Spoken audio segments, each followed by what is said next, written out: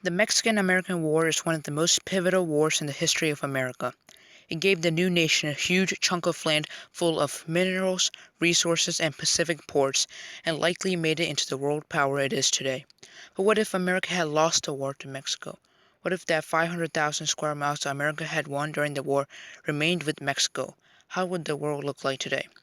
First of all, it is extremely unlikely that Mexico would win the war. The Americans consistently won all of the battles of the war, and the Mexicans were defeated at every turn. However, what if the war was prevented, or at least occurred at a later time than it did in our timeline? First of all, the war occurred about 25 years after the independence of Mexico, which occurred on August 21st, 1821. This came after a long and bloody war that lasted for 11 years and which weakened the population and economy of Mexico. If the first phase of the Civil War, which was started by Catholic priest Miguel Hidalgo, succeeded, it is likely that Mexico would be independent by 1811. Hidalgo did have a chance to take Mexico City during that year, but hesitated and lost his chance. If Mexico became independent in 1811, it would also have 10 extra years to stabilize its economy. Also, the war for independence would not have been nearly as destructive as it had been in our timeline. In our timeline, Mexico fell into chaos and civil wars after its independence, largely due to the powerful military that took control. In our timeline, however, the rich were benefited and Mexicans of Spanish descent were regarded as superior to other Mexicans, and they encouraged greater militarization. On the other hand, Hidalgo had promised racial equality, redistribution of land, and help for the poor.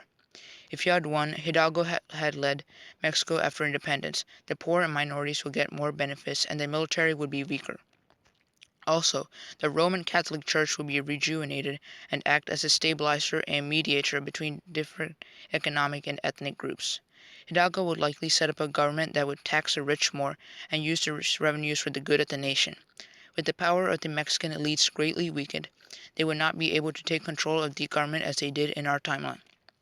If he were able to set up a strong and stable government that could raise taxes, Mexico's economic woes would be solved, at least for most of them. With economic stability, the nation could turn its attention to other issues. It would likely establish a democracy instead of the constitutional democracy as it did in our timeline. The Mexican constitution will be based off of the American one, and after serving as its president for the few years, Hidalgo would step down.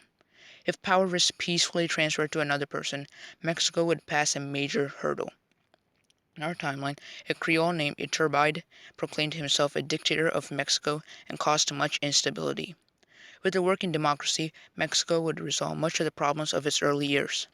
Much of the instability was caused by military leaders, and with a smaller military, Mexico would be able to administer to its vast empire, which covered over 4.5 million kilometers in the 1820s. Santa Anna, the military failure who led Mexico to lose the Mexican-American War, never rises to power and remains in obscurity. The military then proceeds to crush Native American raids in the northern part of Mexico, which were largely responsible for making it sparsely populated.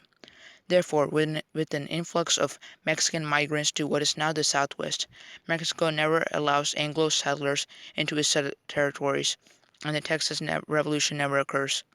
Without the annexation of Texas and the Mexican American disputes that followed, it is unlikely that the war would even occur. However, given President Polk's expansionist ambitions, a border dispute, much like in our timeline, happens. Polk mistakenly believes that Mexico is weak and that he can take over large parts of the country. He sends a small amount of troops to the border, who encounter ferocious resistance. Without the demoralizing Native American raids that occurred in our timeline and a larger population, Mexicans put up a large-scale attack against the invading Americans. Vincent Guerrero, a Revolutionary War general in our timeline, leads coordinated Mexican attacks against the Americans, unlike the incompetent Santa Anna. In our timeline, a lack of national identity also contributed to the weak Mexican army. With 10 extra years to develop an identity and unified by a strong Catholic Church, Mexicans unite to fight against the Americans. A well-drilled, well-armed force slaughters General Winfield Scott's invasion force and then proceeds to move into American territory, taking advantage of the United States' weaknesses. They plunder and loot the border regions and may have moved further in if there were no resistance. A demoralized America, which already had many opponents to the war in our timeline, surrenders and signs the 1848 Treaty of Guadalupe Hidalgo. The treaty forces America to sell the entire northwest region to Mexico. The U.S. undergoes a period of instability as Polk resigns and is disgraced. With essentially the entire West devoid of slavery, many slaves flee to Mexico, and the Southern economy begins to disintegrate. Tensions over spreading slavery in the West never occurs, and the Civil War only happens on a small scale, as part of larger instability. Mexico profits from the 1848 California gold rush and experiences an unprecedented golden age, while the U.S. dissolves into infighting.